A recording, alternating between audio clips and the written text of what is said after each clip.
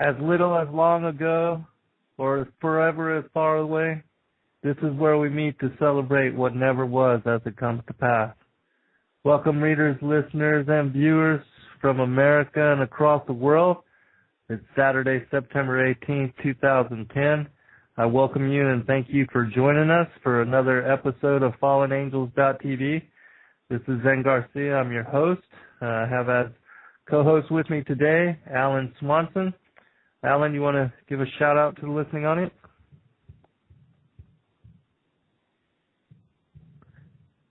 Alan, you there, brother?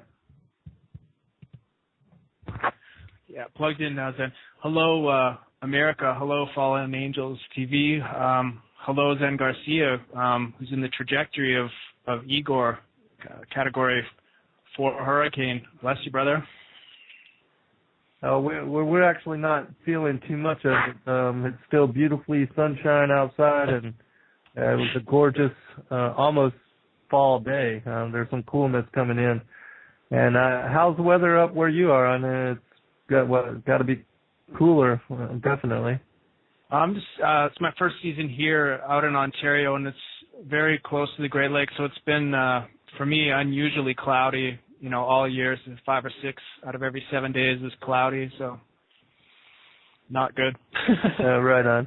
So it's kind of like what Nigel was talking about with the weather in England and overcast quite a bit. I lived in Seattle for a while, and it was kind of like that. But today we're going to cover some very interesting concepts and to bring out some very interesting teachings, and we're going to talk about the giants before the flood and after flood, and equate the whole, the Watcher when they interdicted into the affairs of humanity with something. We just did a show yesterday where we had Nigel Kerner and Dr. Andrew Silverman and Dr. Biggerstuff on with us, and Andrew's a proponent that the gray aliens were the ones that created the race of humanity, and that they, not necessarily the benefactors, because he does believe that they're evil, but he doesn't understand why Yahweh brought such judgment against this particular bloodline, the Canaanite bloodline, the Cain seed, and also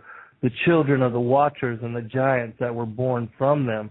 And so today we're going to touch a little bit upon all those subjects so that people can understand why Yahweh brought such a heavy judgment upon these particular beings, that, the Watchers that left their first estate and came down and made it with the daughters of man.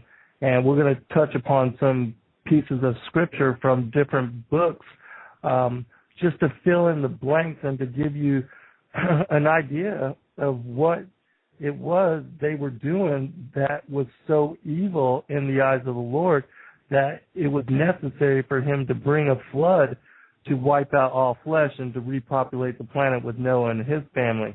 And one of the other things that we're going to cover that a lot of people are, confused on, and I recently learned this myself after doing a show with Minister Fortson, in which he asked me about the continuance of the line of Cain. And so that's one of the things we're also going to cover in this show, is how the line of Cain was perpetuated after the flood. And so, but Alan, do you want to comment before we go into some of these scriptures and some of these studies? Definitely. So the Lord has drawn a line in the sand and eternally condemned the full hybrids, Cain's direct lineage, those who propagate and move in their father's mandate, the people that control this world, as well as the spirits of the giants. So basically what it is it's irreconcilable nemesis to the kingdom of God. So what I think of the Greys is that there's a type of a scout battalion as like a precursor to the invasion of the Nephilim. And what I make of Cain's lineage is that it's a type of silent invasion through genetics and as well as the spirits from this line that are currently taking over the world in every domain and every facet of this globe. Yeah, this particular line that we're talking about are part of the 13 Illuminati bloodlines that still rule through the divine right of kings. And you can study a show we did a couple of weeks about that, where we tied all these bloodlines together, how they intermarry, interbreed, and through strategic marriage control power, money, and wealth, and also concentrate it so that they can, rule at will.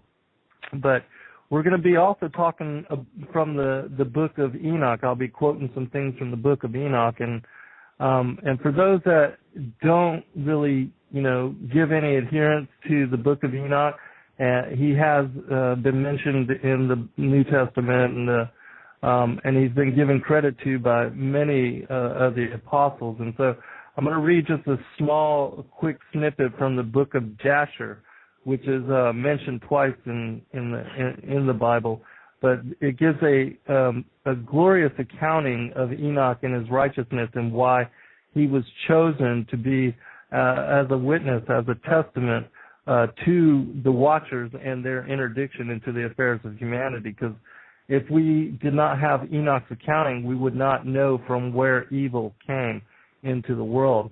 And then I'll get you to comment after this. From the book of Jasher. And the soul of Enoch was wrapped up in the instruction of the Lord, in knowledge and in understanding, and he was wisely retired from the sons of men, and secreted himself from them for many days. It was at the expiration of many years, whilst he was serving the Lord and praying before him in his house, that an angel of the Lord called to him from heaven, and he said, Here I am. And he said, Rise, go forth from thy house and from the place where thou dost hide thyself, and appear to the sons of men, in order that thou mayest teach them the way in which they should go, and the work which they must accomplish to enter in the ways of God. And Enoch rose up accordingly to the word of the Lord, and went forth from his house and from his place, and from the chamber in which he was concealed, and he went to the sons of men, and taught them the ways of the Lord, and at that time assembled the sons of men and acquainted them with the instruction of the Lord. And he ordered it to be proclaimed in all places where the sons of men dwelt, saying, Where is the man who wishes to know the ways of the Lord and good works? Let him come to Enoch. And all the sons of men then assembled to him, for all who had desired this thing went to Enoch. And Enoch reigned over the sons of men according to the word of the Lord. And they came and bowed to him, and they heard his word. The Spirit of God was upon Enoch, and he taught all the men the wisdom of God and his ways. And the sons of men served the Lord all the days of Enoch, and they came to hear his wisdom.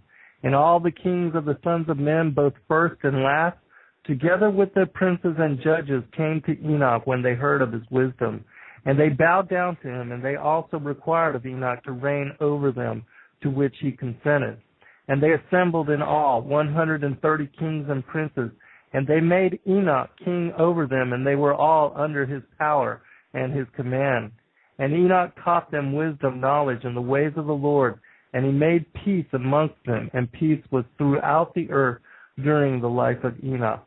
And Enoch reigned over the sons of men 243 years, and he did justice and righteousness with all his people, and he led them in the ways of the Lord.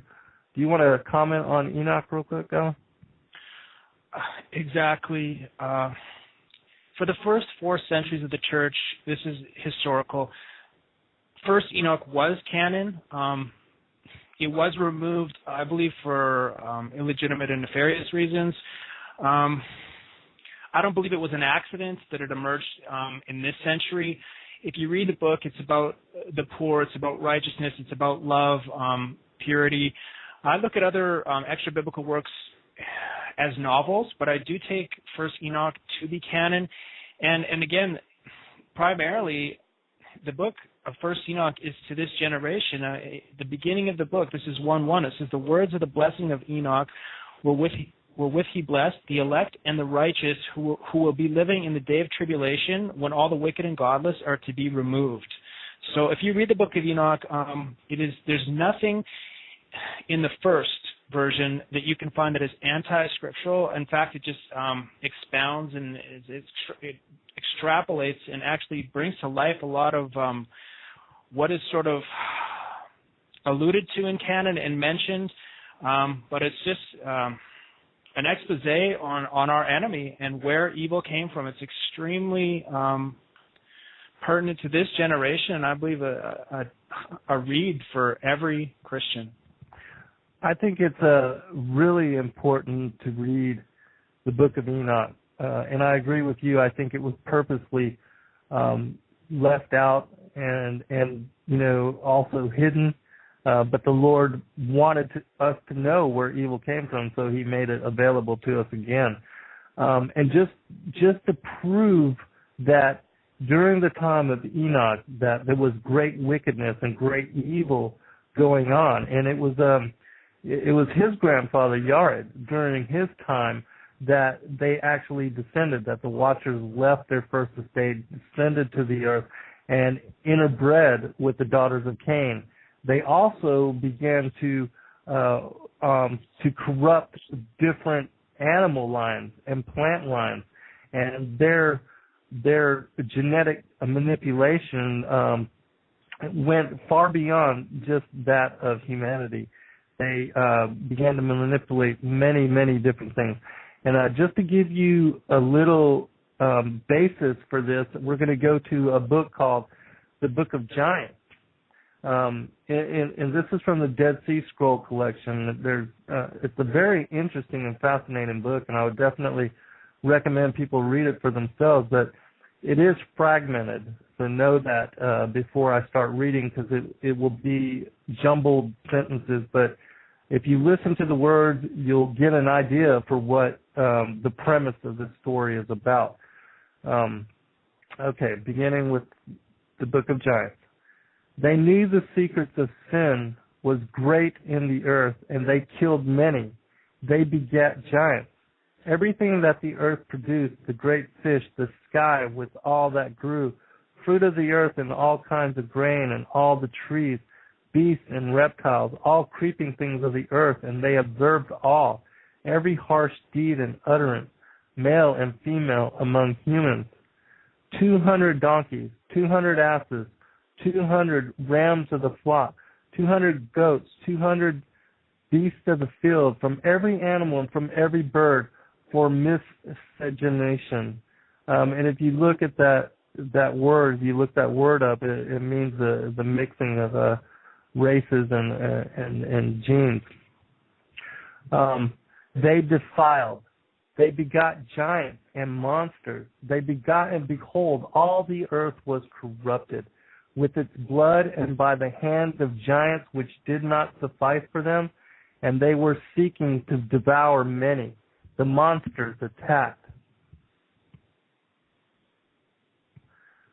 Flesh, all monsters they would arise lacking in true knowledge, because the earth grew corrupt. Mighty they were considering, for the angels upon in the end will perish and die.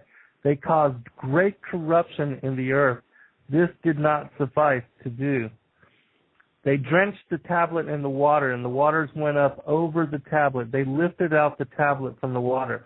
This is about a dream that they had, because the Lord is going to judge them, and the Lord gave them dreams. And so the next couple parts are about the dreams that they had. And there's also a mention of Gilgamesh in this particular book, and we know that he was one of the founders of the Sumerian civilizations after the flood, and that he was in search of immortality because he knew that he was going to perish. And so, we have that whole epic of Gilgamesh where he's seeking to find his immortality because he's two-thirds divine and born of a earth woman. So continue on. This vision is for cursing and sorrow. I am the one who confessed, the whole group of the castaways that I shall go to, the spirits of the slain complaining about their killers and crying out that we shall die together and be made an end of much, and I will be sleeping and bread for my dwelling, the vision, and also entered into the gathering of the giants. Oya, And he said to Maweh, and these are the two sons of Semyaza, who is also mentioned as one of the watchers in the book of Enoch that came down and made it with the daughters of men. These are their giant children, Oya and Maweh. Without trembling, who showed you all this vision, my brother? Barachel, my father, was with me, and before Maweh had finished telling what he had seen, said to him, now I have heard wonders, if a barren woman gives birth. Thereupon Oya said to Haya, to be destroyed from upon the earth, and the earth, when they wept before the giants? Your strength. Thereupon Oya said to Haya, then he answered, it is not for us, but for Azazel, for he did. The children of the angels are the giants, and they would not let all their loved ones be neglected. We have not been cast down. You have strength. And then Gilgamesh speaks. I am a giant, and by the mighty strength of my arm and my own great strength, anyone mortal, and I have made war against them, but I am not able to stand against them, for my opponent resides in heaven, and they dwell in the holy places, and not that they are stronger than of the wild beast has come, and the wild man they call me. Then Oya said to him, I have been forced to have a dream. The sleep of my eyes vanished, and let me see a vision. Now I know that on Gilgamesh. And here's another one of the visions that the giants had. And we're going to go into the book of Enoch next, which gives a more detailed accounting of this, but I wanted to give you two biographical bases in the Word for what we're going to be talking about, the kind of evil that these beings brought into the world and why their judgment was so severe. Three of its roots, while I was watching, there came, and they moved the roots into this garden, and all of them and not. Concerns the death of our soul, and all his comrades, and Oya told them what Gilgamesh said to him, and it was said, concerning the leader has cursed the potentate, and the giants were glad at his words, and then he turned and left. Thereupon two of them had dreams, and the sleep of their eye fled for them. And they arose and came to, and told their dreams, and said in the assembly of their comrades, the monsters, in my dream I was watching this very night, and there was a garden, gardeners, and they were watering. 200 trees and large shoots came out of their root, and all the water and all the fire burned all of the garden. And they found the giants to tell them of the dream. To Enoch, the noted scribe, and he will interpret for us the dream. Thereupon his fellow Oya declared and said to the giants, I too had a dream this night, O giants, and behold, the ruler of heaven came down to earth, and such is the end of the dream. Thereupon all the giants and monsters grew afraid and called Maweh. He came to them, and the giants pleaded with him and sent him to Enoch, the noted scribe, and they said to him, to you that you have heard his voice, and he said to him, he will and interpret the dream, how long the giants have to live. We're getting down to the end of it. It's a very short book, but it's incredibly introspective. He mounted up in the air like strong winds and flew with his hands like a glass. He left behind the inhabited world and passed over desolation, the great desert. And Enoch saw him and hailed him, and Maweh said to him, hither and thither, a second time to Maweh, the giants await your words, and all the monsters of the earth has been carried from the days of there, and they will be added. We would know from you their meaning. And Enoch, the scribe Enoch, sent a copy of the second tablet that Enoch had sent in the very handwriting of Enoch, the noted scribe, in the name of God, the great and holy one, to Semyaza and all his companions. Let it be known to you that not I, and the things you have done, and your wives, they and their sons and their wives and their sons, by your licentiousness on the earth, and there have been upon you, and the land is crying out and complaining about you and the deeds of your children, the harm that you have done to it. Until Raphael arrives, behold, destruction is coming, a great flood, and it will destroy all living things and whatever is in the deserts and the seas, and the meaning of the matter upon you for evil. But now loosen the bonds binding you to this evil and pray. And last sentence of this particular book. Great fear seized me, and I felt on my face, and I heard his voice, and he dwelt among human beings, but he did not learn from them. Talking about with the weather in England and overcast quite a bit. I lived in Seattle for a while, and it was kind of like that. But today we're going to cover some very interesting concepts and to bring out some very interesting teachings, and we're going to talk about the giants before the flood and after flood, and equate the whole, the Watcher, when they interdicted into the affairs of humanity, with something. We just did a show yesterday where we had Nigel Kerner shine outside, and it was a gorgeous, almost fall day. There's some coolness coming in. And how's the weather up where you are? I mean, it's got to be cooler, definitely.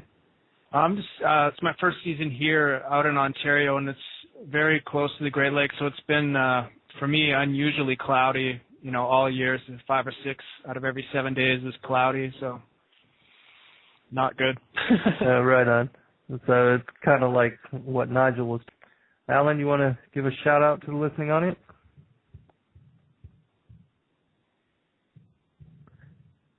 Alan, you there, brother? Yeah, plugged in now, Zen. Hello, America. Hello, Fallen Angels TV. Hello, Zen Garcia, who's in the trajectory of Igor, Category 4 hurricane. Bless you, brother. We're actually not feeling too much of it. It's still beautifully sunny. As little as long ago, or as forever as far away, this is where we meet to celebrate what never was as it comes to pass. Welcome, readers, listeners, and viewers from America and across the world.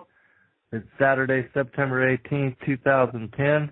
I welcome you and thank you for joining us for another episode of FallenAngels.tv. This is Zen Garcia. I'm your host.